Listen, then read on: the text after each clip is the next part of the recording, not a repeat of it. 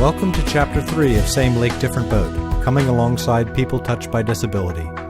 The title of Chapter 3 is On Respect, Common Grace, Special Needs. In this chapter, Steph explores the essential question, what is the biblical basis for respectful relationships? I think the origin of respect towards those with disability is really found by, number one, understanding that we're all made in the image of God. Every single individual is uniquely made and uniquely gifted. And secondly, understanding that we're all disabled. We've all been affected by the fall, whether our personal sin or just the effects of the fall in general. And so as we look at someone, we're looking at them as someone who's made in the image of God, and we're also looking at someone who's disabled just like I am. And my disabilities might express themselves in different ways, and we all have differing abilities in terms of our mental capacities and our ability to speak. In our hearts, really the playing field is level. We're all disabled and broken before God. So we can look at other individuals through the lens with which God looks at us. We're made in His image, but we're also broken and fallen, and we can look at other individuals in that way and see them as persons, not persons who are in need of me rescuing them, but they need the Lord just as much as I do, and they need His grace just like I do. And that keeps us from, I think, when the gospel's operating that way, it keeps us from more condescending attitudes. So if they're made in the image of God, then they are people who have gifts, and they have abilities. And so you need to turn around and say, what are their abilities, not just their disabilities. And it's changed the fabric of our church, I think, just the nature of our congregation with those with special needs. They're a part of us, and some of them have the gift of hospitality and greeting, some are so much more joyful, and they rebuke our lack of joy. We have some who have gifts in music and express them in that way. We have some who are mother hens, and they're gatherers, and they gather other people together. Everybody has their own gift, and we have to look at our whole congregation that way and try to say, okay, now how does God put this person together, and what's their thing, and what are some of the niches that they can fill in the kingdom? Pastor Tom's comment was really a great one, and I'd just like to review that again one more time, where he said we can look at other individuals through the lens with which God looks at us and see them as persons, not persons who are in need of me rescuing them, but they need the Lord just as much as I do. They need His grace just like I do. When the gospel's operating that way, it keeps us from condescending attitudes. Condescending attitudes, ouch. Do you ever do that? We all do that sometimes, don't we? And so it becomes the essential question that we really want to ask tonight is this question, what's the biblical basis for respectful relationships? Not condescending relationships, not ones where, as Tom mentioned, the whole idea of rescuing takes place, but instead a respectful interchange between people. What does that look like? How can we recognize it when we see it? How do we know how to practice it? What does the Scripture have to say about that? The Webster's Dictionary defines respect as to feel or show honor or esteem or to hold in high regard. Don't all of us want to be treated that way? To have people feel or hold high esteem or hold in high regard? To look at us that way. That's what all of us really desire in our relationships, and that's what we need to really look at in terms of how we relate to others. I want to start off with a quick story. When my kids were younger, we lived up in State College for a number of years, and we were at the pool one day. I think Timmy was probably about 3. That's my younger son who has Downs, and Freddie, the older brother, was about 5. And at that age, when Tim was in that preschool era, when he would get really excited, he would, his eyes would just kind of, open and shut pretty rapidly, do a lot of blinking, he'd start flapping a little bit, his mouth would get open real wide, and he'd, sort of start this excited thing. And he was doing that one day, he was standing at the side of the pool and started flapping a little bit, and his eyes were wide open, and Freddie was in the water playing, and there were these 2 little girls who noticed him on the side of the pool. They started to make fun of him. And they started to imitate what Timmy was doing and taunting him. And I was about a half a dozen feet away from Freddie, and I saw his eyes just fill with rage. And I had one of those super slow motion moments, where you're going, no, right? And because I saw him pull his arm back, and whack, he gave it to both these girls right across the face. Now, granted, the grandparents said, yes! Anyway, as a parent, I didn't think that was a yes moment.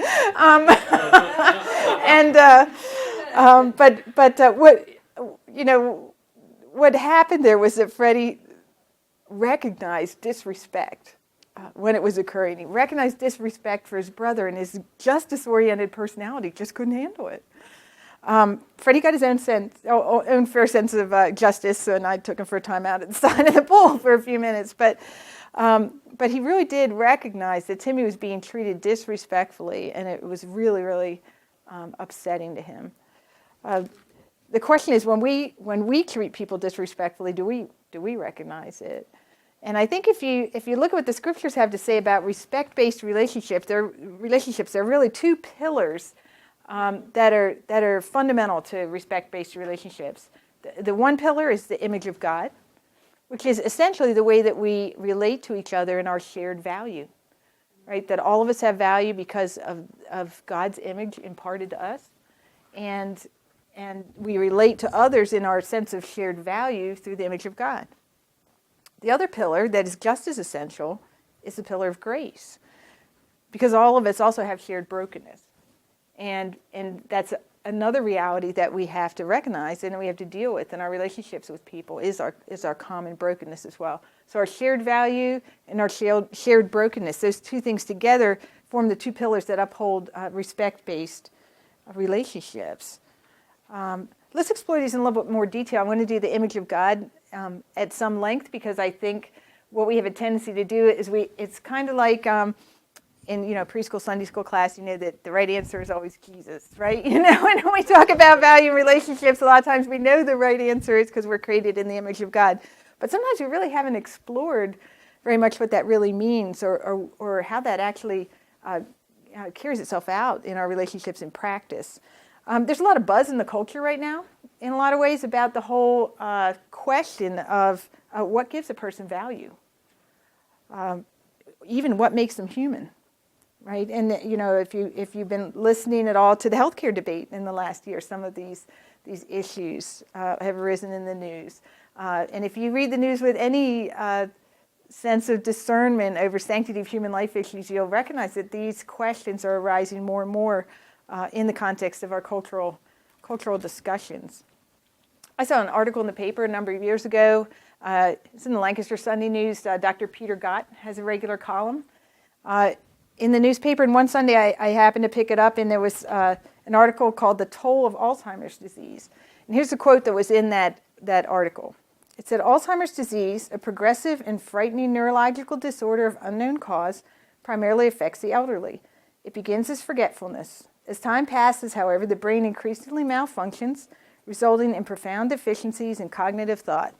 This eventually ends in a catastrophe: extreme confusion, loss of judgment, inability to recognize loved ones, belligerency, and the failure to be able to carry out everyday chores and activities of daily living, including bathing, dressing, and eating." Now listen to the next line. "In the truest sense of the word, the advanced Alzheimer's patient has lost all the qualities that make him or her human." How many people do you think read that article and never even noticed that line in there? I felt compelled to respond, so I wrote an editorial back to the newspaper, and two of the different points that I made in the editorial are just ones that I want to highlight at the moment. One was the idea of reducing our humanity to a formula. If you listen to the formula that was in that paragraph, it basically said if you're organized, you have good judgment, you pay attention to your family, you cooperate and can do your chores, you're human. I mean, how many teenagers do you know that would qualify if that was the criteria? And so there is a tendency to want to reduce our humanity to a formula. If you'll hear the buzz phrase, conscious, self-aware, and productive. When you hear those three words linked together, that should send your antennae up, okay? Because those are cultural buzz phrases that have to do with things that define our humanity by using a formula.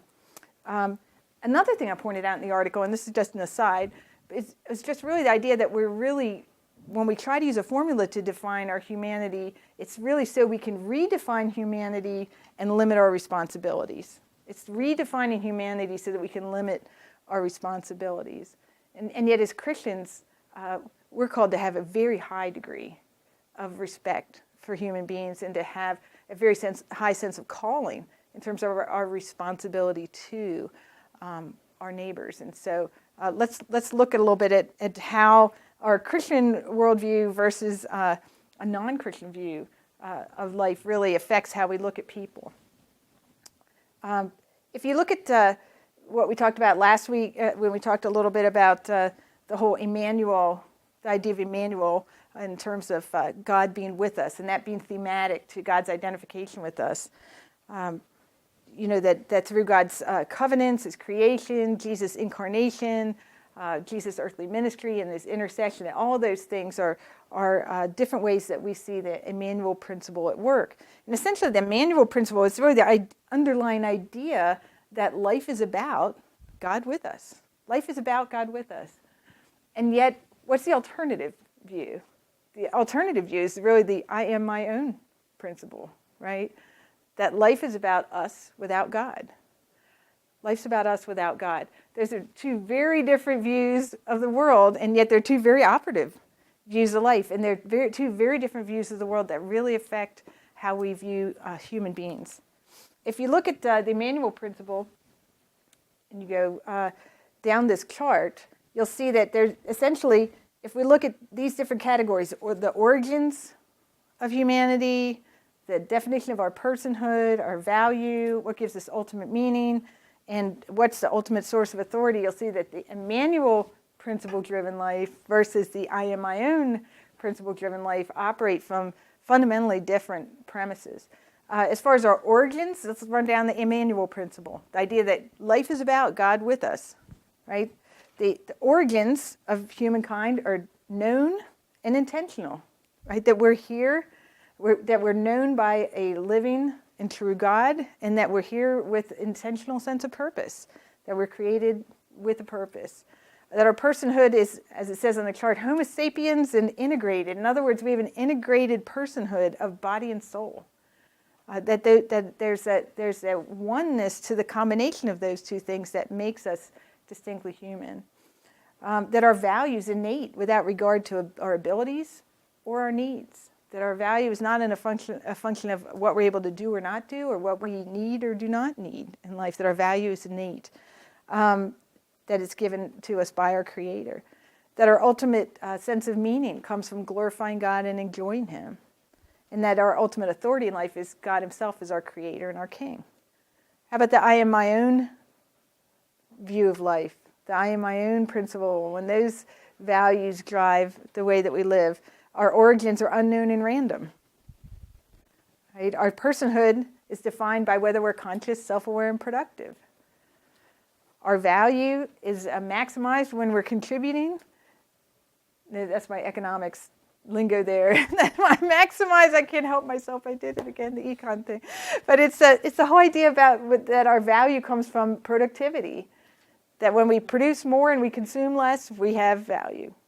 Right? If we produce less and we consume more, we have diminished value. Think about how much you hear that in conversations about resources lately. It really, that idea is very prevalent. Our ultimate sense of meaning comes from pleasure and a sense of self-fulfillment and the attainment of happiness. And that our ultimate authority is our autonomous self.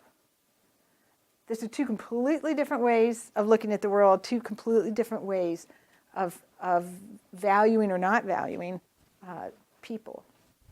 Let's look at a couple other things about the image of God. If you look at the image of God in terms of the big picture of Scripture, if you think about Scripture, we have a whole grand story that's told from beginning to end that starts with creation, the fall of man, redemption, and then the consummation of all things. That's the big picture from A to Z of what's going on in the Scriptures. And when you look at the idea of the image of God, it's central to that story from A to Z.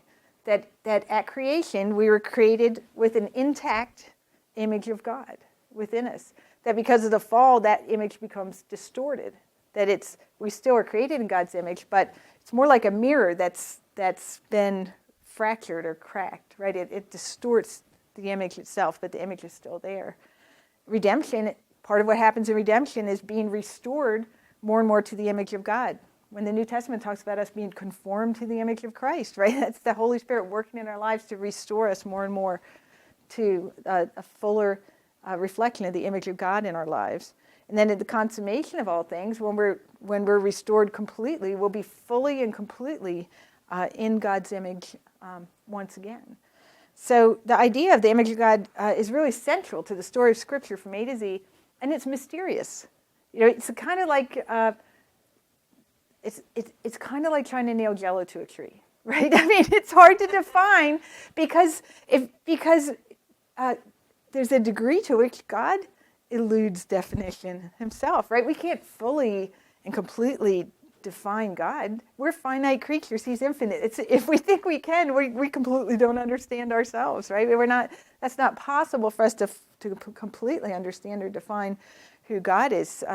Thanks to his kindness to us, and through the Scriptures, we're able to understand God in part, but certainly not fully. And so because of that, we can't fully even comprehend exactly what the image of God, what it means in its fullness, because it remains to some degree mysterious to us. And so you have to become comfortable with mystery a little bit in terms of embracing the truth of the image of God as imparting value to every person, and yet just having that not quite be something you can fully grasp as well.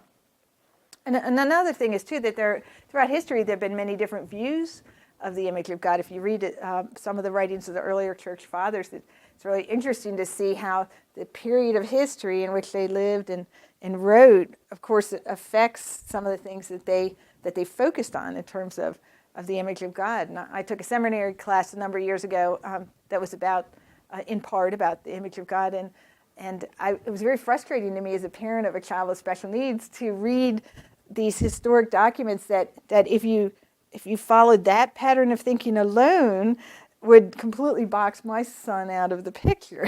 Because if you put, for example, reason as being the defining attribute that makes us image God, what does that say about people who have intellectual disabilities?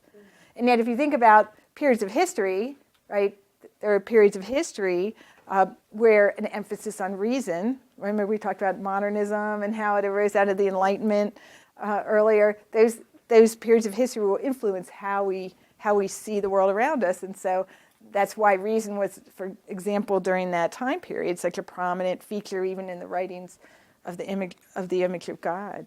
One of the best descriptions I've read about the image of God from the book by Hubach called Created in God's Image. And he says that often we have a tendency to want to compare people to animals in order to understand what the image of God is. How are we different than other created creatures, in the cosmos? And yet, what Hokema says is that's really the wrong question, right? The question really is who reflects God's image most of all. And it's Christ, right? He says we ought not to be looking at how are people different than animals, but how are we different than Jesus, right? And how are we like Jesus? And so Jesus is the one who gives us the perfect picture of what an untarnished image of God looks like in a person. Because if you look at what the Scripture says about Jesus, it doesn't say that Jesus was created in God's image like we are, right? Jesus, first of all, is God, and it says in the Scriptures he is the image of God. He's not in the image of God, he is the image of God. And so Jesus is an exact representation of God, and he shows us the Father that way. In Hebrews 1:3 it says, the Son is the radiance of God's glory and the exact representation of his being, sustaining all things by his powerful word. So Jesus shows us by his example then exactly how we too can image God. Now we already talked about how how in terms of the image of God, that in our fallen state we're still image God, and yet that's a fractured image. It's a broken mirror, a distorted reflection. So what does it mean? If we had to try to define in some sweeping strokes what the idea of the image of God means, what does that mean? And so I came up with my own definition because I couldn't find one I liked. No, I really couldn't find one. I couldn't find anybody, honestly, who had really attempted a very fully orbed definition. And so this is what I came up with. And again, remembering that Hoekema's advice to us that we need not to compare humans to animals, but to look at Christ as the image of God. And I think the image of God is the essence of God's character as expressed through our God-given capacities. The essence of God's character as expressed through our God-given capacities. So if you think about the different ways that how would we have, if prior to the fall, how would we have imaged God perfectly, right? We would have reflected God's character, his loving, gracious, merciful, long-suffering, good, true, forgiving, rewarding, just, holy, and righteous being, right? Amongst other attributes as well. And we would have, how would we have done that? What would our capacities have been? Complete capacities for relationship with God, relationship with self, relationship with neighbor, and relationship with creation. And that whole relationship with creation involves being, working, ruling, expressing, creating, all of those ways in which God relates to his creation. And so in a perfect world, that would reflect us. In an imperfect world with imperfect and fallen selves, right? It's going to be the essence of God's character, the ways in which we can see glimmers, right, of God's character in a person's life as expressed through their God-given capacities. So that what that says then is you could have a person who is profoundly disabled who reflects God's character through their limited capacities in ways that might be more than yours or mine, right? And there may be ways in which you or I, who may have more physical capacities in one way or another, you have to stare very carefully to find the image in the dim view of the reflection of God's character in some of us. So the essence of God's character as expressed through our God-given capacities. I think that's a good way to think about the image of God. And again, one other idea too, it's just this whole idea that the image of God has both a noun and a verb kind of concept to it, right? I just described to you the verb, the imaging, the action, right? The ways in which we reflect back to someone God's character through our capacities. But there's also the whole idea, and this is one of those things I think that is just somewhat mysterious, and yet the Bible is very clear on this, the idea that we are in the image of God, right? That the ways that not only do we reflect God, but we are actually impressed with, right, with the image or the stamp of God himself in the very fiber of our being. And that is what gives us immense value. So the noun, the verb, the essence of God's character, the expression of our God-given capacities. But that only Jesus perfectly images God, and thereby is our example of that.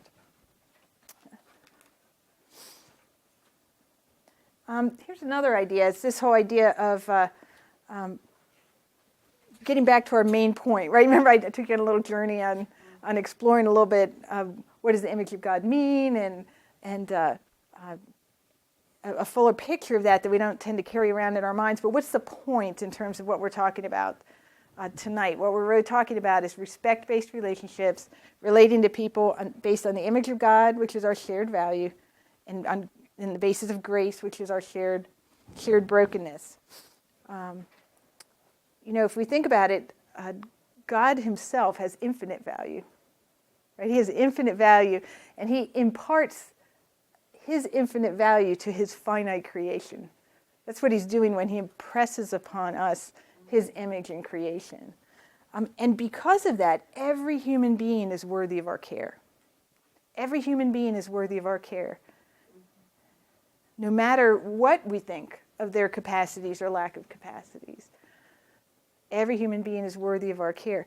And that means whether it's costly, whether it's time-consuming, or whether it's convenient. Whether it's costly, time-consuming, or convenient is not the point.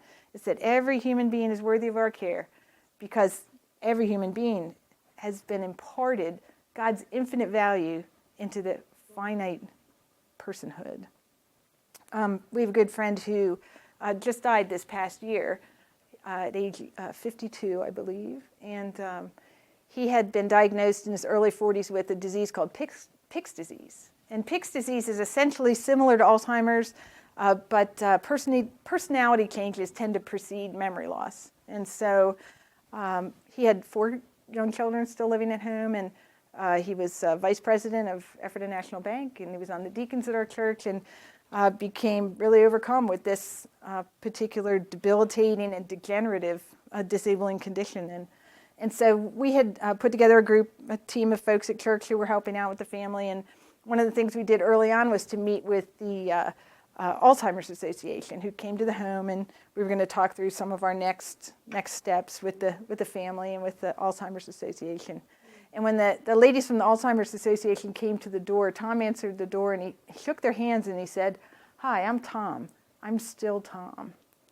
And I thought that was so profound when he said that, even as he knew he was losing his capacities. He knew that his faith was solid, and he knew that what gave him value and made him who he was could never be taken from him. And so I thought that simple statement that he made to those ladies, "I'm Tom, I'm still Tom," just really reflected that whole idea of that every human being is worthy of our care. And this team, in this picture that I have up on the slide, that's a team of fellows from our church that went to see him on a rotating basis for about 8 years while he lived at Landis Homes. And there are practical ways that we actually communicate that value to other people by the deeds of mercy that we do when we enter into the life of somebody who is not able to give anything back to us in return. The other idea in terms of our shared value is not just that every human being is worthy of our care, but also the idea that when we focus on those remnants of goodness, truth, and beauty in every person, it allows us to really focus on the positive, right? It allows us to look at every person and to really study them for where do I see that essence of God's character? Where do I see the goodness, truth, and beauty of God himself shining forth in this person? How does that dovetail with the idea of total depravity, you might ask? Any Presbyterians in the room?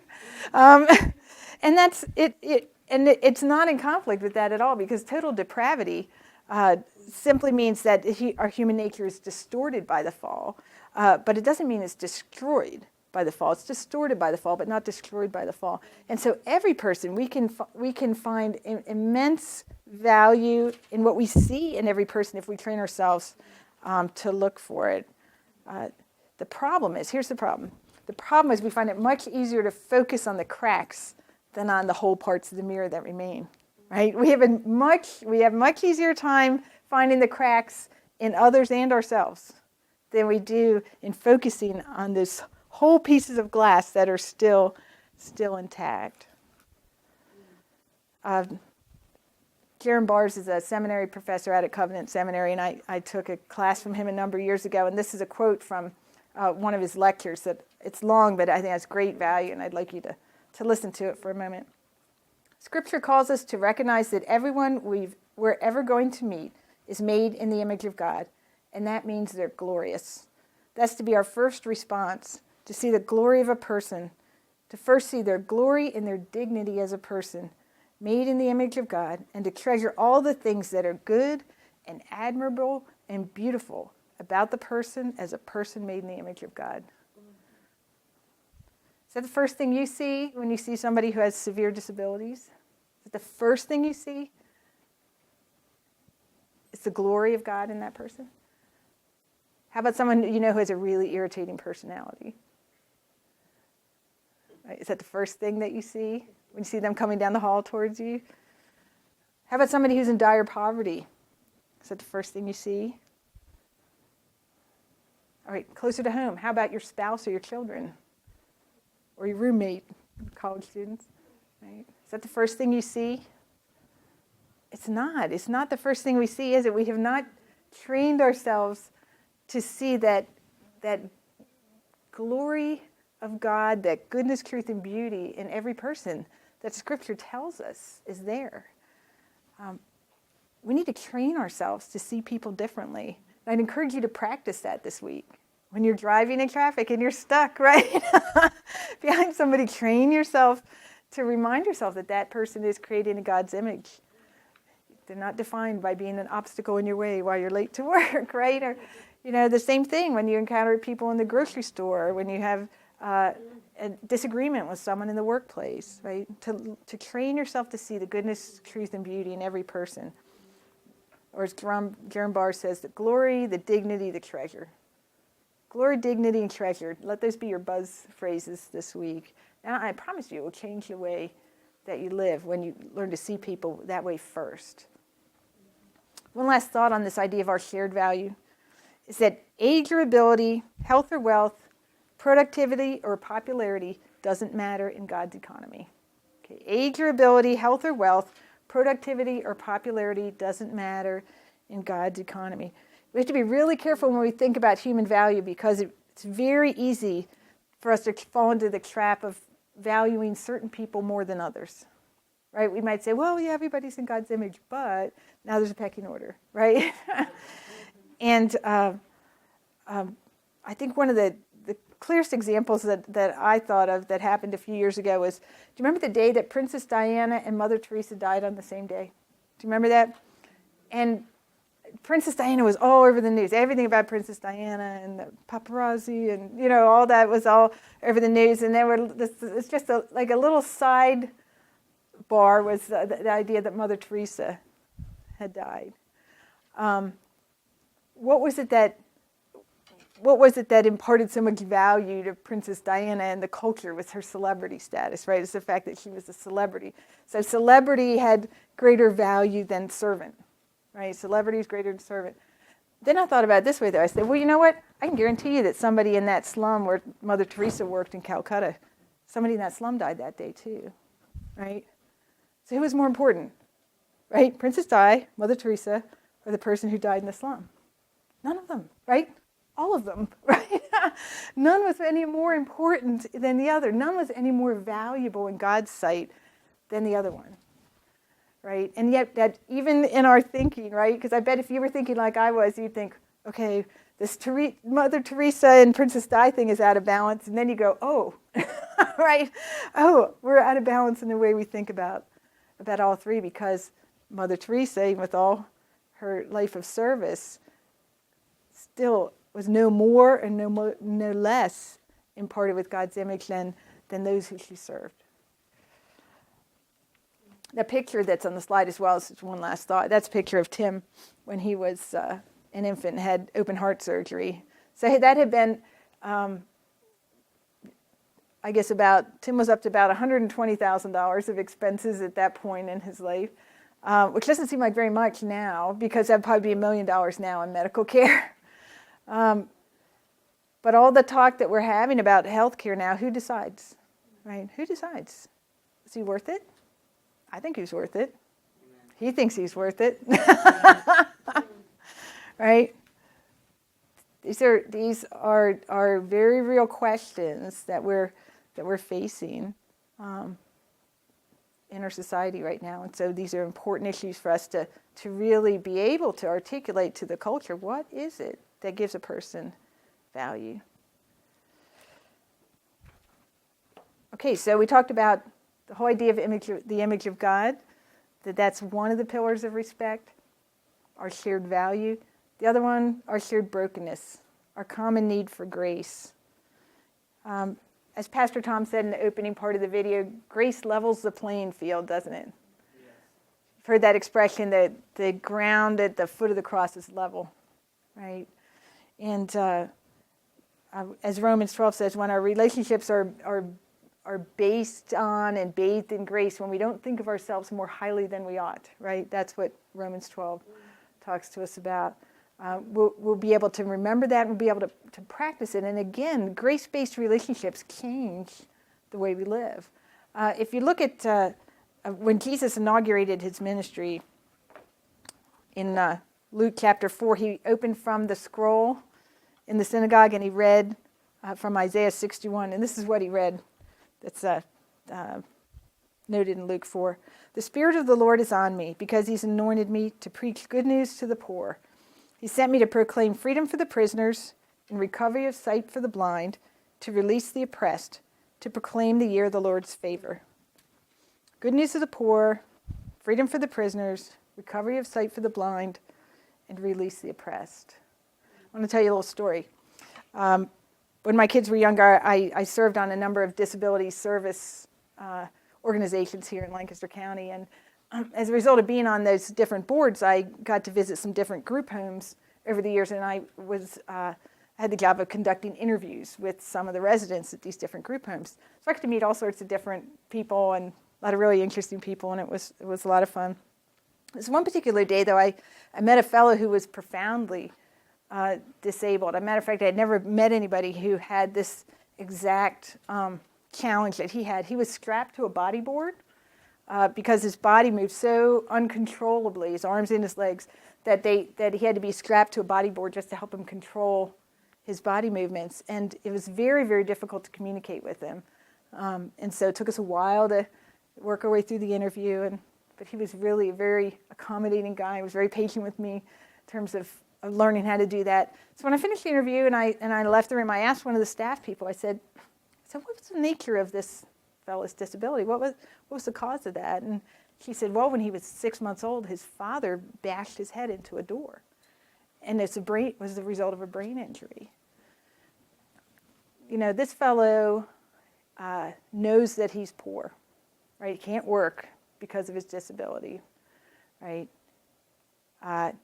He's a prisoner, essentially, to the movements of his own body. And he knows what it's like to be oppressed by somebody whose job it was to take care of him. He knows he's poor. He knows he's a prisoner. He knows he's oppressed. He knows that, but do you and I? You know, when Jesus was inaugurating his ministry, he wants all of us to know that we are the poor, we are the oppressed, we are the blind, we are the captives. All of us are in need of the saving grace of Christ. All of us are in need of the good news of the gospel. The problem is when we hear words like that, when we hear poor, blind, prisoner, oppressed, we almost always think of somebody else, right? That otherness again, just like his disciples. We think of somebody else, and when we think of somebody else, we think of somebody else who we perceive to be weaker than ourselves, right? All that does is show that we don't really understand the gospel, right?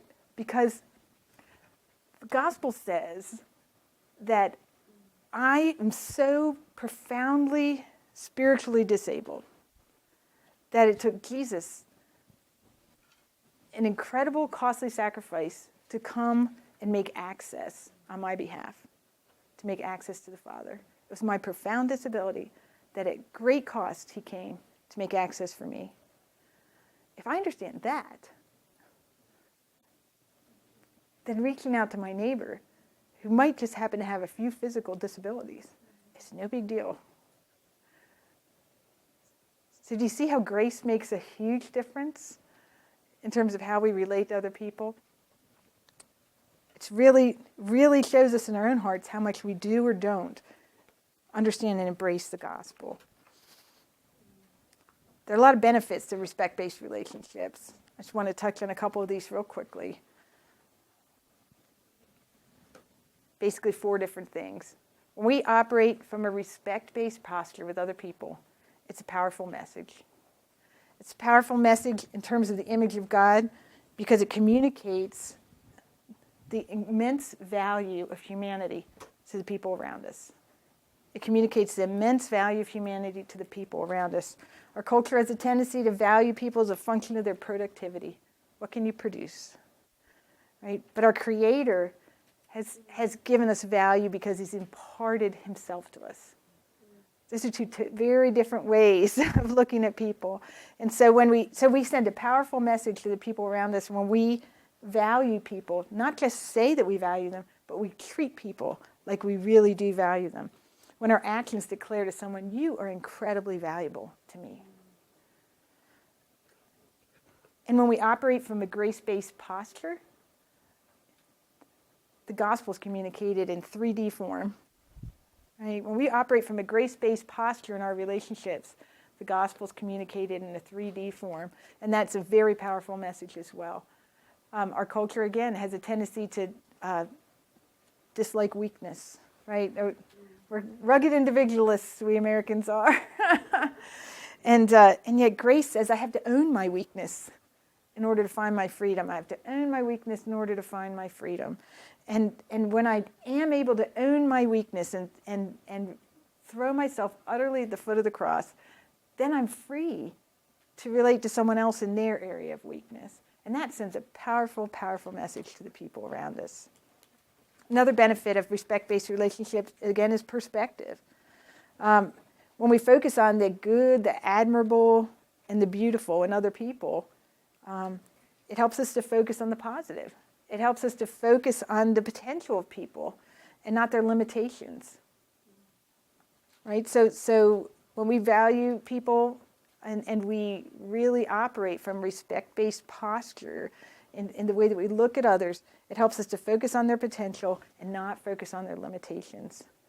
The other way it gives us perspective is from the vantage point of grace, because grace requires that we look inward first before we look outward. And when we look inward first and we see ourselves accurately and we see our need for Jesus daily, right? We don't come to the foot of the cross once. We come to the foot of the cross hour by hour and day by day. And that flows out into our relationships when we do look outward. That conscious sense of our own need for grace and our awareness of having received it flows over into our relationships, and it gives us real perspective. The next thing is proper motivation. We have a tendency sometimes as Christians to be known for what we're against, right?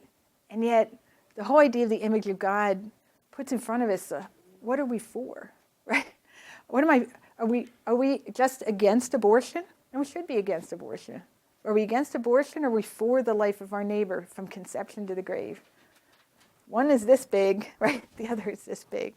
When we really understand the idea of the image of God and the value of humanity, being for the life of my neighbor gives us a positive motivation for entering into the lives of other people.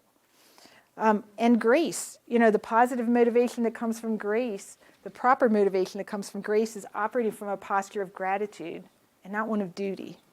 Have you ever been the recipient of somebody's duty-driven care? Yeah. It's terrible, right? Have you ever been the recipient of somebody's gratitude-driven care where they know because of the grace of God in their life that they can pour out grace to another? That's a completely different feeling.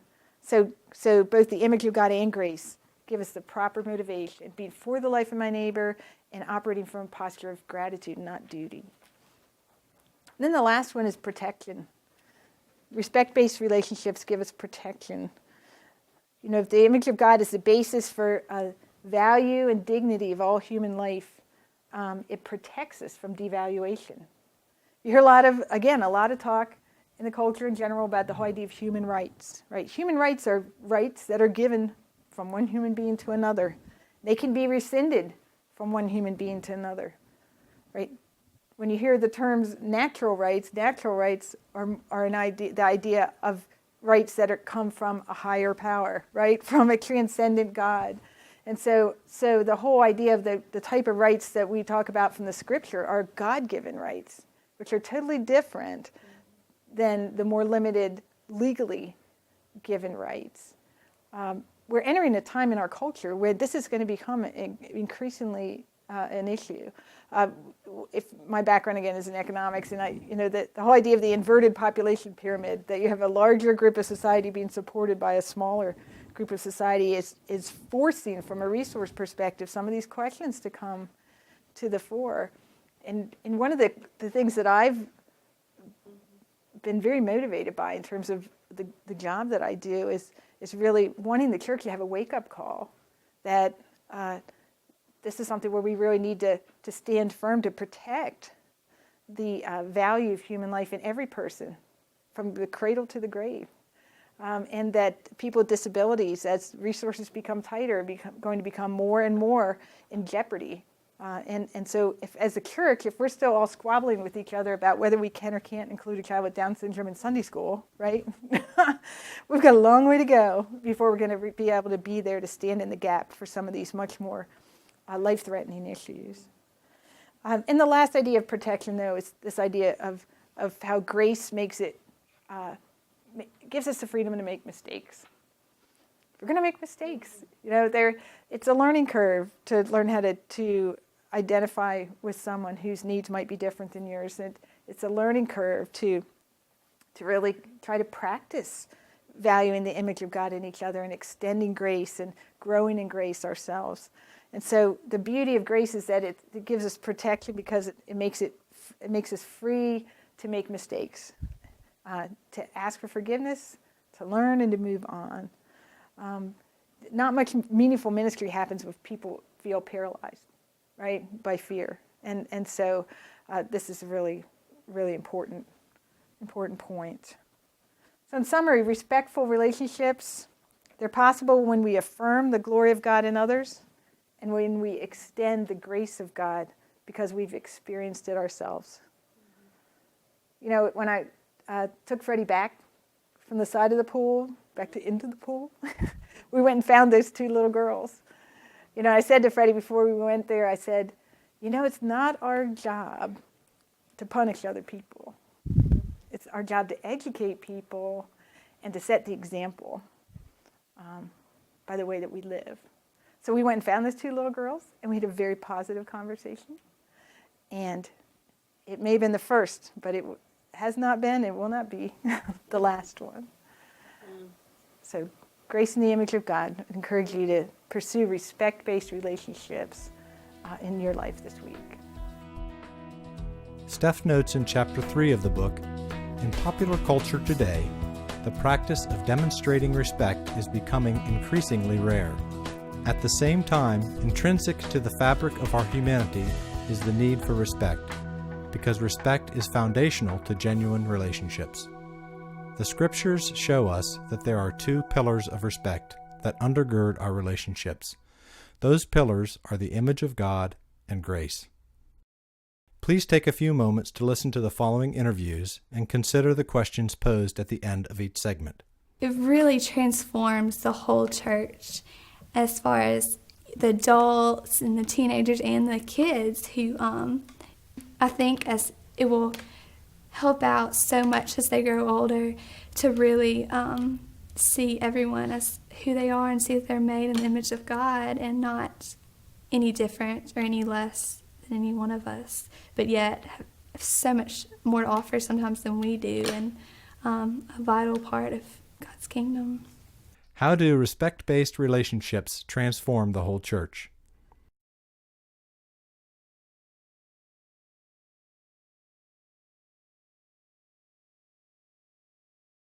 Another thing that we're beginning to learn is to flesh out what it means to recognize that every human being with whom we come into contact is created in the image of God.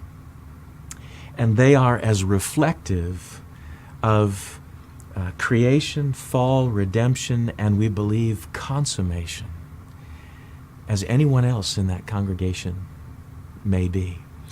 And so we're learning to work out the implications of that, both in the ministry and in our hospitality. Again, by hospitality, I mean not just welcoming to a meal, but welcoming into the very heart of our lives. What are the practical ramifications of living our lives together as image bearers?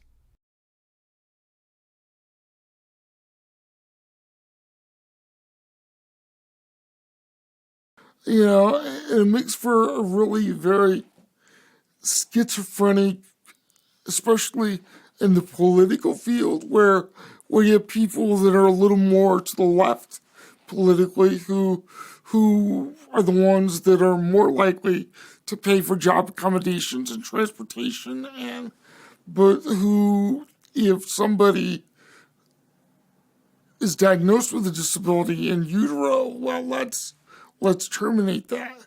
And, in my mind, it doesn't really matter what other rights you give me if you'd rather I not be alive. On the other hand, my friends on the political right side of the spectrum who talk about the value of human life and the sanctity of human life at the beginning of life and at the end of life, and I agree with them, but we're not going to provide any accommodations for accessibility, or we're not going to provide any sort of job accommodations, or we're not going to provide transportation. And that's where my friends on the left side of the political spectrum, well, the church isn't doing that, so we, the government, have to. This is an opportunity for the church to be the church, because while being with Jesus is infinitely better than being here, that does not equate to we are better off dead than disabled. How is the church to rise above American politics and act like the church in valuing people and extending grace?